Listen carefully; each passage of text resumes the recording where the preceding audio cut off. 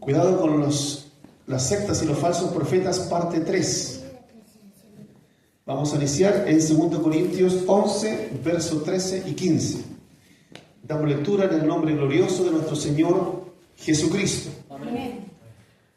Porque estos son falsos apóstoles, obreros fraudulentos, que se disfrazan como apóstoles de Cristo. Y no es maravilla, porque el mismo Satanás se disfraza como ángel de luz. Así que no es extraño si también sus ministros se disfrazan como ministros de justicia, cuyo fin será conforme a sus obras. Pueden tomar asiento, hermano. Cuando aquí habla de los obreros fraudulentos que se disfrazan, porque no son auténticos, son disfrazados. Se disfrazan como si fueran apóstoles de Cristo. Dice que no es maravilla porque el mismo Satanás se disfraza como un ángel de luz. O sea, ellos aparentan ser de Dios, ser de luz, pero son obreros fraudulentos. Por lo tanto, no es extraño que si Satanás se pueda disfrazar como ángel de luz, tampoco es extraño que sus obreros se disfracen como ministros de justicia. Es decir, que se disfracen como hombres de Dios. Estuvimos viendo en la parte anterior cómo en estos últimos tiempos se cumple la palabra en relación a este tema. En relación a tanto pensamiento, a tanta enseñanza que está lejos de la verdad del Evangelio. Y hoy día la verdad que abunda eso. Amén. Y eso es parte también del cumplimiento de la palabra de Dios, que nos anuncia el retorno de nuestro Señor Jesucristo. Estuvimos viendo nosotros cómo hay una secta conocida como los Adventistas del Séptimo Día, que ellos en sus inicios, con William Miller, su fundador, estaban anunciando el regreso de Cristo para el 22 de octubre de 1844. Muchas de esas personas que estaban siguiendo a Miller, decepcionados, se apartaron de él, y dentro de esos decepcionados está por ahí Charles T. Russell, que él formó un grupo aparte de estudio de la Biblia. Fueron conocidos en sus inicios como los Russellistas, pero posteriormente pasaron a llamarse los Testigos de Jehová. Y de ellos vamos a compartir en este día algunas de sus doctrinas, algunas de sus enseñanzas, que son buenos tenerlas presentes porque a veces si usted no tiene claridad al respecto y se encuentra con ellos, es posible que también puedan confundirlo. Entonces es necesario tener claro esto para no caer en el engaño del enemigo. Vamos a ver en primera instancia que ellos creen que Jesús no es Dios. Ellos piensan que Jesús es el Hijo de Dios, pero no es Dios. Ellos creen que Jesús es el arcángel Miguel, encarnado en Jesús. El arcángel Miguel, según él, es Jesús. Y ellos aceptan que es el mediador, ¿cierto?, de salvación para el hombre y Dios, pero de ninguna manera ellos aceptan que Jesucristo sea Dios. Así es. Vamos a ver lo que nos dice Juan 20, 28, hermanos. Juan 20, 28. Esto sucedió cuando el Señor ya había resucitado y habían anunciado ya entre los discípulos, se sabía que se había resucitado, pero había uno, Dídimo, conocido como Tomás, que dijo, no, yo si no viene al Señor ni metiere mi dedo en su llaga, yo no voy a creer. Y estaba él con ese pensamiento y se reunieron todos, incluso Tomás, y el Señor aparece en ese lugar. Y cuando el Señor aparece ahí en este capítulo 20 de Juan, el verso 27, el Señor se aparece y dice a Tomás, pon aquí tu dedo y mira mis manos y acerca tu mano y métela en mi costado y no seas incrédulo sino creyente. Entonces Tomás respondió y le dijo, Señor mío y Dios mío. Recién entonces Tomás reconoció al Señor como Dios, porque lo habían visto padecer, lo habían visto morir. El Señor les había anunciado que él iba a volver al tercer día, pero él... Fíjese lo que dice el Señor: porque me has visto, Tomás, creíste. Bienaventurados los que no vieron y creyeron. O sea, usted es más bienaventurados que los que le vieron. Porque ellos vieron y creyeron, pero nosotros no le hemos visto y hemos creído. Por lo tanto, somos bienaventurados, dichosos, doblemente dichosos, porque hemos tenido esa bendición de haber creído en nuestro Dios. Primera de Juan, capítulo 5, verso 20. ¿Qué nos dice ese verso? Nos dice de la siguiente manera: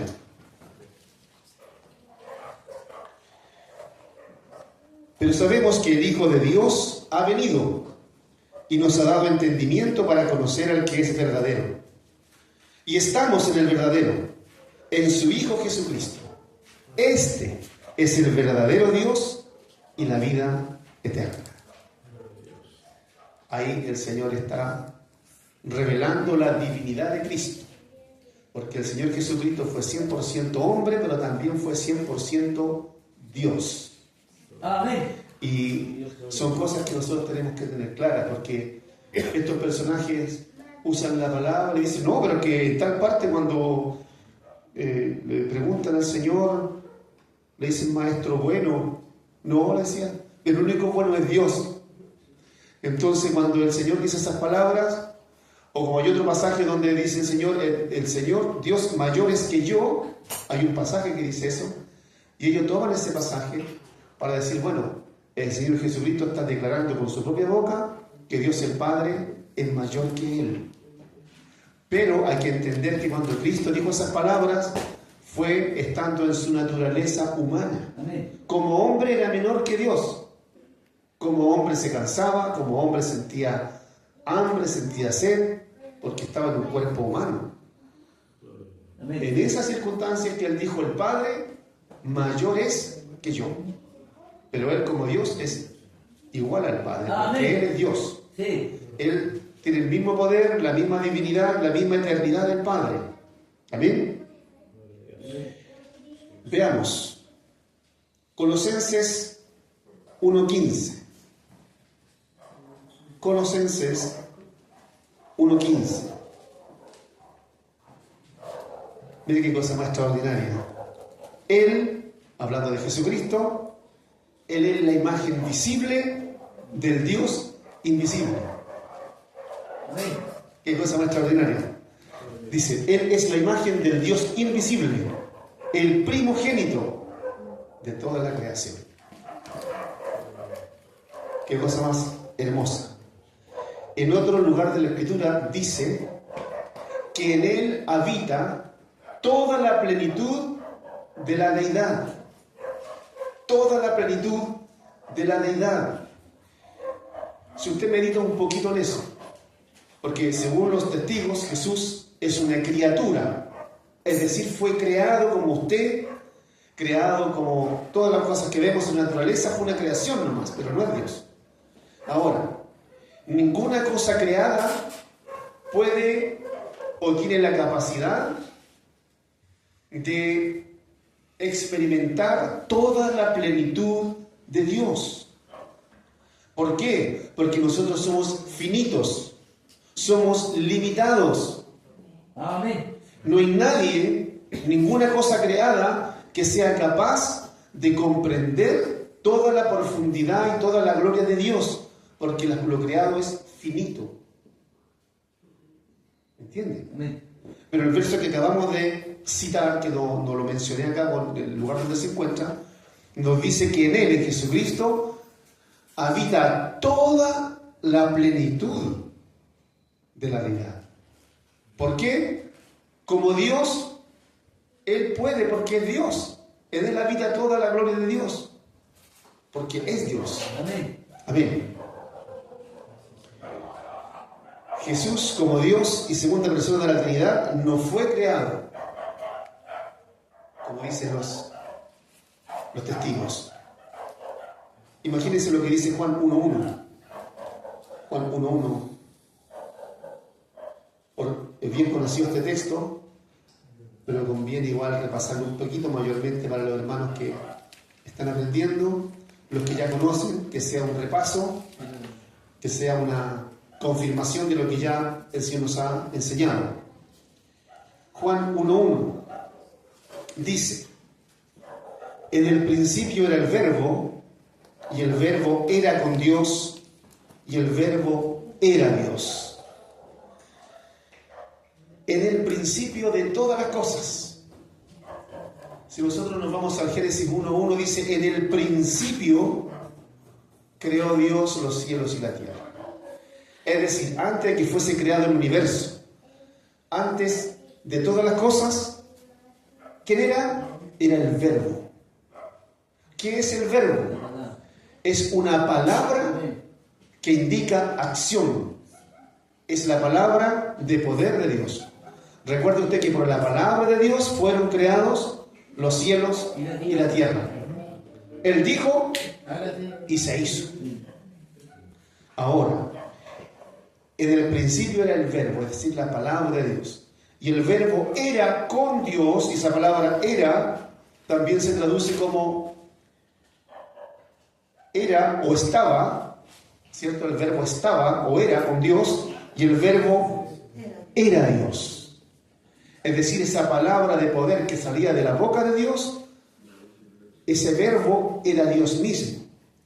Y en el verso 14 dice: y aquel Verbo fue hecho carne y habitó entre nosotros, y vimos su gloria, gloria como del unigénito del Padre, lleno de gracia y de verdad.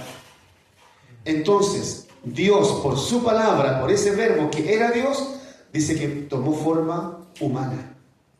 ¿En quién? En la persona de Jesucristo. Y dice: y vimos su gloria, gloria como del unigénito. ¿Recuerda usted Juan 3.16? Porque de tal manera amó Dios al mundo que ha dado a su Hijo unigénito, único. No hay ningún otro como Él. No existe otro como Él. No hay.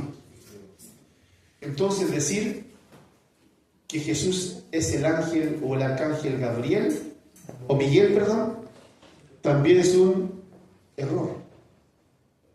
Porque el arcángel Gabriel fue creado y es limitado. Jesús no tiene limitaciones. Es el unigénito Hijo de Dios. Tenemos por ahí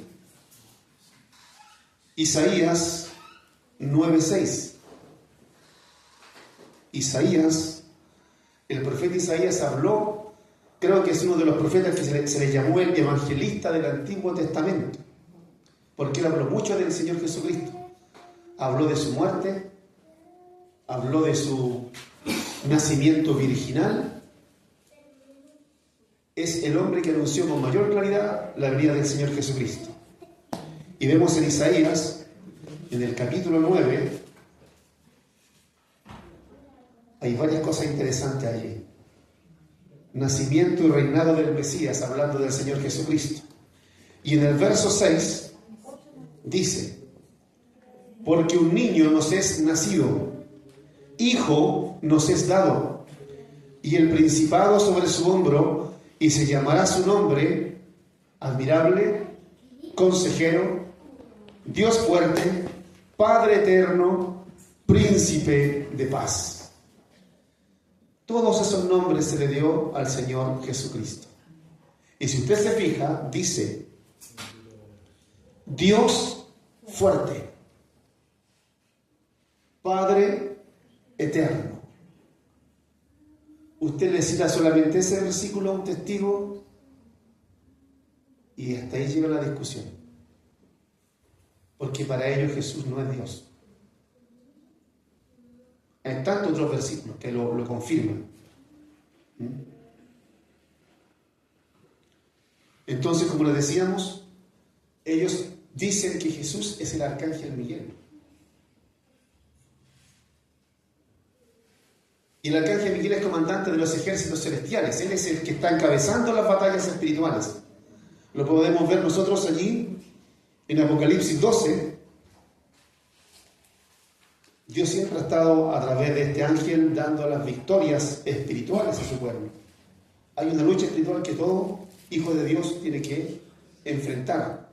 Desde los días antiguos, desde los tiempos de Moisés, cuando tenía que luchar contra los enemigos. Siempre estuvo allí luchando este ángel por su pueblo. Entonces esto está en Apocalipsis 12, versos 7 y 8, que nos dice: y después hubo una gran batalla en el cielo. Miguel y sus ángeles luchaban contra el dragón, y luchaban el dragón y sus ángeles. Pero no prevalecieron, ni se halló ya lugar para ellos en el cielo. Esa es la tarea del ángel Miguel, de estar al frente del campo de... Y él nunca pierde, ¿no? Que está del lado del vencedor. Y nosotros igualmente, hermanos, estamos del lado de nuestro Señor Jesucristo. Amén. Ellos también enseñan que Jesús no debe ser adorado, porque como no es Dios, dicen ellos, no le corresponde a él que lo adore. Aunque ellos han tenido tantas confusiones en su historia, que ellos en sus inicios tuvieron algunas doctrinas que se acercaban a la palabra de Dios, después se retractaron y tropezaron en pensamientos y en ideas, que ellos después hicieron declaraciones de otras doctrinas y se empezaron a alejar más todavía. Que ellos dicen que Jesús no debe ser adorado. Pero miren lo que el Señor mismo, lo que el Padre mismo dice aquí en el libro de Hebreos, en el capítulo 1, versos 5 y 6. Hebreos 1, versos 5 y 6. Así dice el Señor. Y si usted tiene su Biblia en su mano, ojalá que la tuviera, que el cristiano siempre entienda en su Biblia, aunque tengamos el data. Si usted se fija, hay un subtítulo, dice: el Hijo es superior a los ángeles. En poder, en gloria, en todo es superior. Entonces, el verso 5 dice: porque ¿a cuál de los ángeles dijo Dios jamás: mi hijo eres tú, yo te he engendrado hoy? Y otra vez: yo seré a él padre y él me será a mí hijo. Y otra vez, cuando introduce al primogénito en el mundo, dice: adórenle todos los ángeles de Dios. Imagínense usted, hermanos, si le adoran los ángeles, si le adora toda la creación, si le adoran todos los seres celestiales, ¿cómo no le vamos a adorar nosotros, Señor? Pero los testigos de Jehová dicen que no se debe adorar. Ellos tienen esta enseñanza. Ahora, un ángel de Dios no acepta adoración. Si Jesús fuera un ángel, él no aceptaría adoración.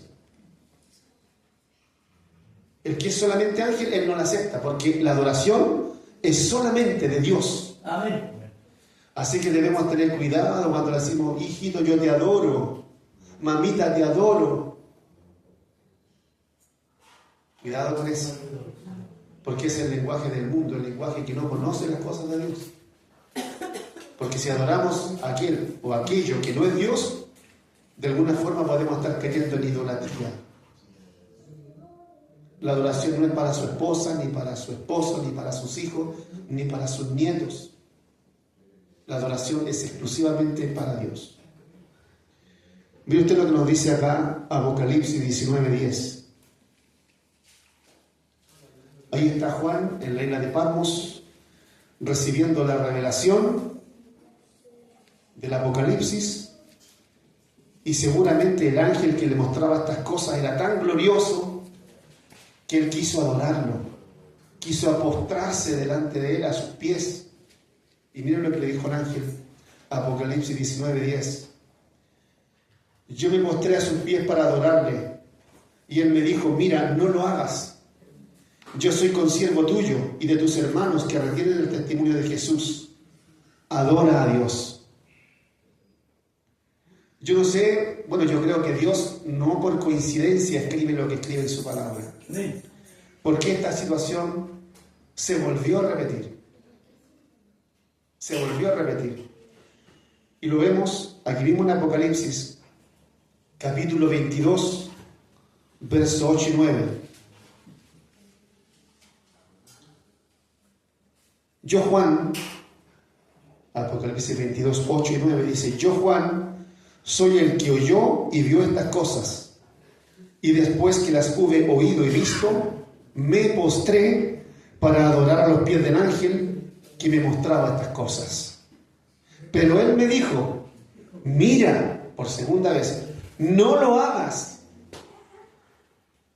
porque yo soy consiervo tuyo, de tus hermanos los profetas, y de los que guardan las palabras de este libro. Adora a Dios. El primer verso que leímos es casi calcado a este, porque hay un necesario hacer un énfasis en esto. El único santo, el único digno de adoración es el Señor. Amén. No los ángeles, no nuestros seres queridos, sino Cristo. Amén. Porque suya es la gloria. Amén. Sí. Como compartíamos la vez anterior, los testigos comparten un origen común con los adventistas. Ellos partieron juntos.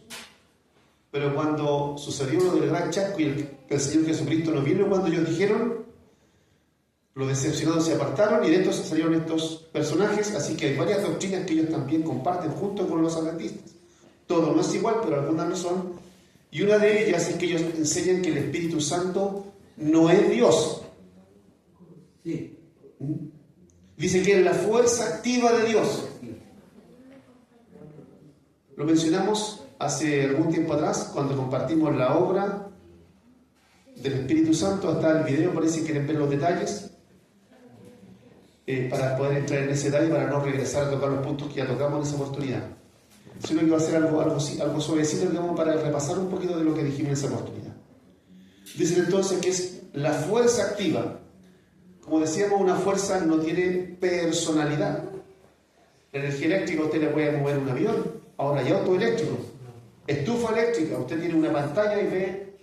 O sea, en otras palabras, la electricidad le puede dar luz, imagen, calor, movimiento. Sí. Pero eso es una fuerza, no es una persona. Entonces no podemos decir que el Espíritu Santo sea solamente una fuerza y que no sea una persona, porque la Escritura revela que el Espíritu Santo es la tercera persona de la Trinidad y como persona tiene cualidades y atributos que tenemos nosotros. Amén.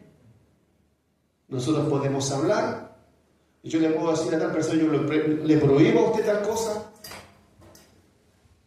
qué sé yo, a un hijo o a alguien que esté bajo nuestra autoridad, ¿cierto? Y el Espíritu Santo tiene esa misma autoridad porque es una persona. Nos dice Hechos 5, versos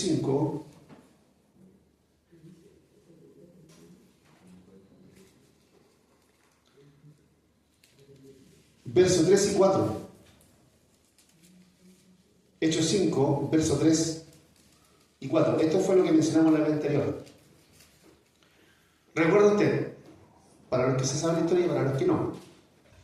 Hubo un tiempo cuando la iglesia del Señor estaba recién iniciándose en Jerusalén, y para que no hubiera necesidades entre el pueblo, que a ninguno le faltara nada, los que más tenían vendían lo que tenían y lo repartían, para que todos tuvieran el sustento y ninguno tuviera menos que otro. Y estaban en eso cuando había un matrimonio que tenía una propiedad y la vendió para llevarla a los apóstoles y presentar también ellos su ofrenda.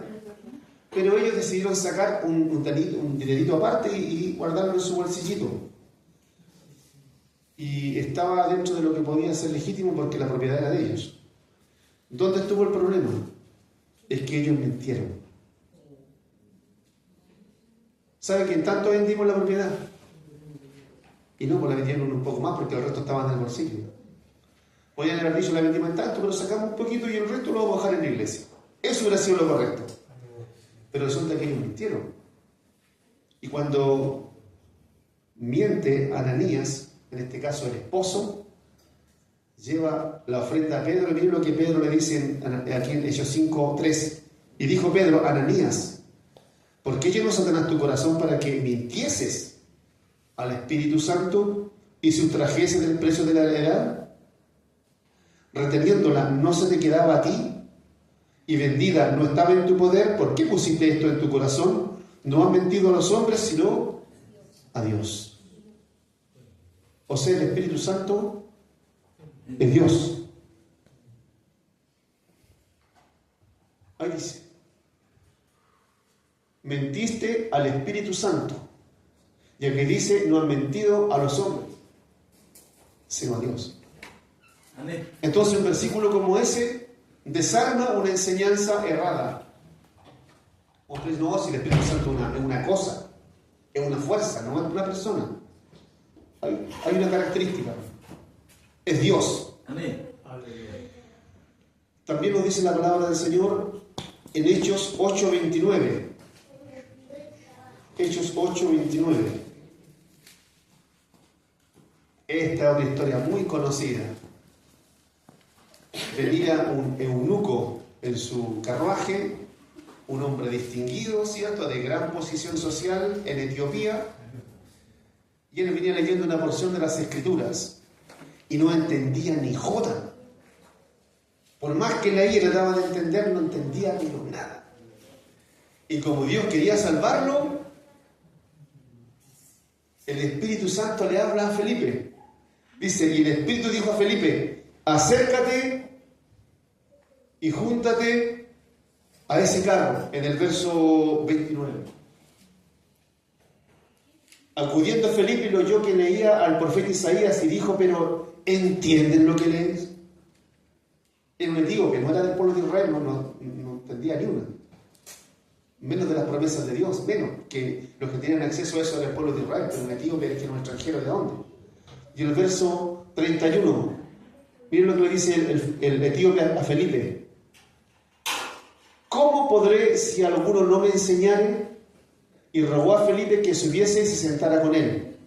El pasaje de la Escritura que leía era este: como oveja a la muerte fue llevado, y como cordero mudo delante del que lo trasquila, así no abrió su boca. Estaba hablando del sufrimiento de Cristo, que había sido anunciado por el profeta Isaías.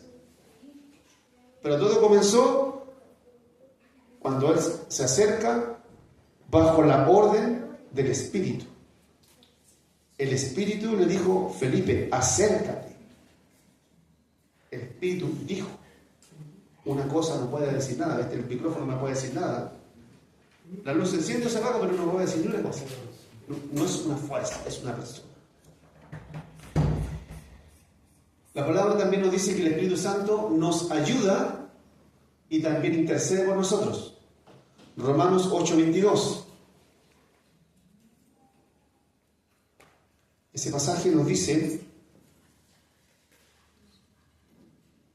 a ver, no sé ese, 8:26. Y de igual manera el Espíritu nos ayuda en nuestra debilidad, pues que hemos de pedir como conviene, no lo sabemos, pero el Espíritu mismo intercede por nosotros con gemidos indecibles. Es decir, Él gime delante del Padre por nosotros, para ayudarnos. Amén. Y para interceder por nosotros y para pedir por nosotros, porque Él sabe pedir conforme a la voluntad del Padre. Nosotros a veces pedimos, dice la Biblia, pero pedimos mal. Pero el Espíritu no se equivoca. Amén. La otra cosa que los testigos enseñan es que Jesús no murió en una cruz. Habían varias formas de tortura en esa época. Y según ellos, no fue en una cruz donde murió el Señor. Pero, si nosotros estudiamos un poquito esto, existe una abundante evidencia bíblica, histórica y arqueológica que nos revela que esto no fue sino en una cruz. Amén. Un madero vertical y uno horizontal. Fue en una cruz. Aunque ellos digan que no fue en una cruz, pero el tema es que el Señor sufrió y fue crucificado. Observen lo que dice acá, Filipenses 2:8. Filipenses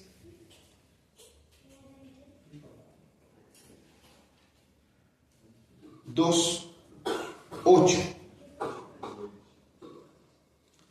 Y estando en la condición de hombre, pero voy a leer un poquito antes porque esto es demasiado tremendo. Dice el verso 5 en adelante: haya pues en vosotros este sentir que hubo también en Cristo Jesús, el cual, siendo en forma de Dios, no estimó el ser igual a Dios como cosa que aferrarse, sino que se despojó a sí mismo, tomando forma de siervo, hecho semejante a los hombres.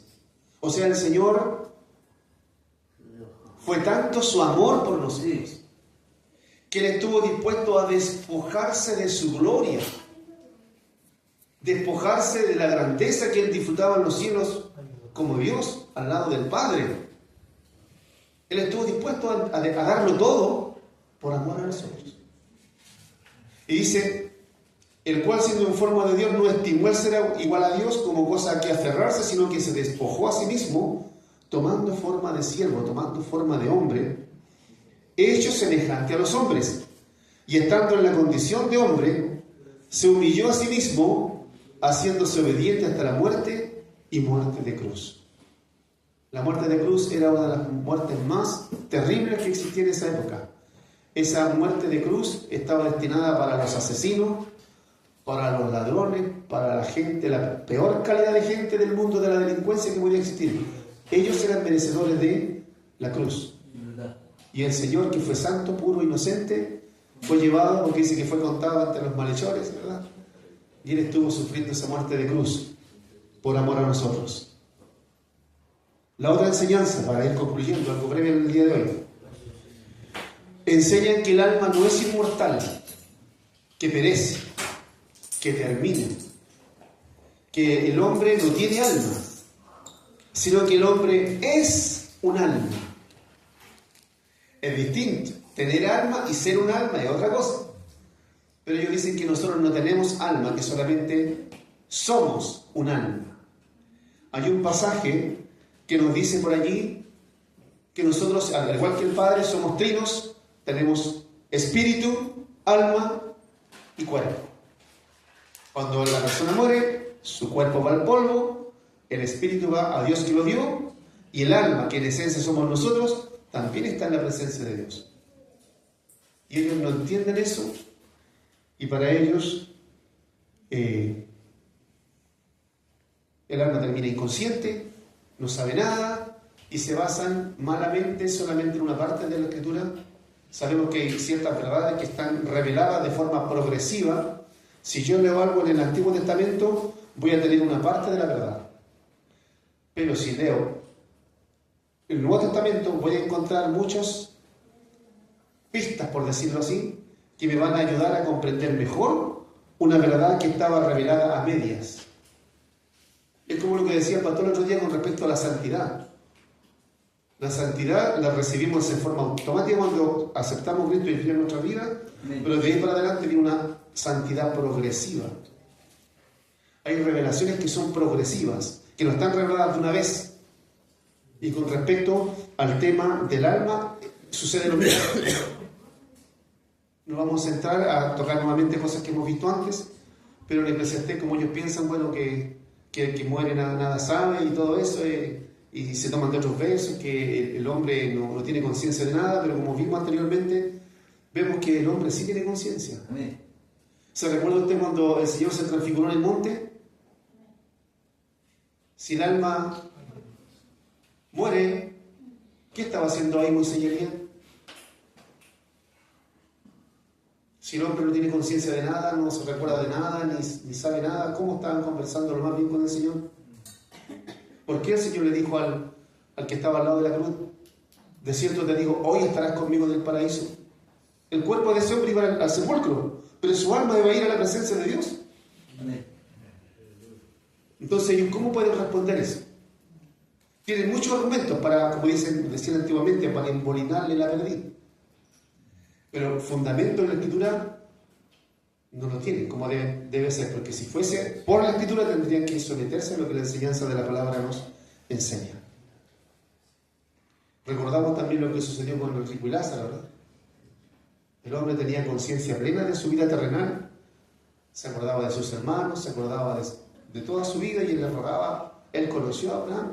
Padre, manda a Lázaro que vaya a la casa de mi padre porque tengo 5 hermanos, para que les testifique, para que no vengan a este lugar de tormento. Amén. O sea, incluso ellos también niegan el infierno, hermanos. Entonces, hay varias doctrinas que ellos desechan y ellos están con esta enseñanza que solamente lleva a la gente a la perdición. Porque el hombre, bueno, si no hay infierno, y si después me muero y sería todo, entonces no hay problema, o la podemos hacer todo, ¿no? ¿Cierto? Sería fácil. Pero como hemos visto en la parte anterior, el infierno es real y es eterno. Amén. Amén. Que el Señor nos ayude, hermanos, para que podamos nosotros cada día tener un tiempo de meditar en la palabra de Dios y ojalá escudriñarla. Yo lamentablemente me doy cuenta que acá en la iglesia hay personas que ya llevan su tiempo, no tan poco tiempo, pero nunca lo he visto llegar a la casa de Dios con Biblia. Y me da la impresión que no tienen Biblia. Entonces, si no tienen Biblia, difícilmente la van a poder leer en casa. Difícilmente. Es importante tener un ejemplar. Yo siempre recomiendo la versión Reina Valera, porque hoy día hay otras versiones. Son atractivas en el sentido de que tienen un lenguaje simple, sencillo, más comprensible, pero algunas versiones sacan versículos completos de la Biblia y los eliminan. No presentan a Cristo como Dios. Entonces manipulan la palabra de tal forma que por muy linda versión que usted vea o le parezca, no es conforme a la verdad del Evangelio. Y eso es peligroso, hermano, porque si yo tengo un ejemplar de la Biblia que no me enseña la verdad, voy a estar recibiendo un Evangelio distorsionado. Algo que no es el Evangelio. Amén. Y como decía Pablo a los Gálatas, no es que haya otro Evangelio, sino que algunos lo pervierten para su propia perdición. Y si nosotros vamos a lo que dice por ahí Apocalipsis, al final del Apocalipsis, y también en el Antiguo Testamento se repite el mismo versículo, que esta palabra, hermano, no es mía, no es del pastor, no es suya, es de Dios. Es como cuando usted manda a un hijo a dar un recado. El niño es un mensajero solamente, no puede poner a la vista de él la cosa. Y nosotros que somos mensajeros de la palabra de Dios, pero no es nuestra, nosotros no la podemos cambiar ni modificar al gusto de nosotros. Por eso dice que el que añadiere o le quitare, ella también traerá las plagas escritas en este libro sobre aquel que haga esto. O sea, hay una palabra de condenación. Amén. Entonces, es importante, amados hermanos, que tengamos nosotros darle el valor que tiene la palabra y esforzarnos por conocer más de ella. Dejo a nuestro pastor con ustedes para que el Señor le bendiga mucho, pastor. Gracias. Entonces usted continúa con lo que resta de este tiempo. Se le bendiga mucho.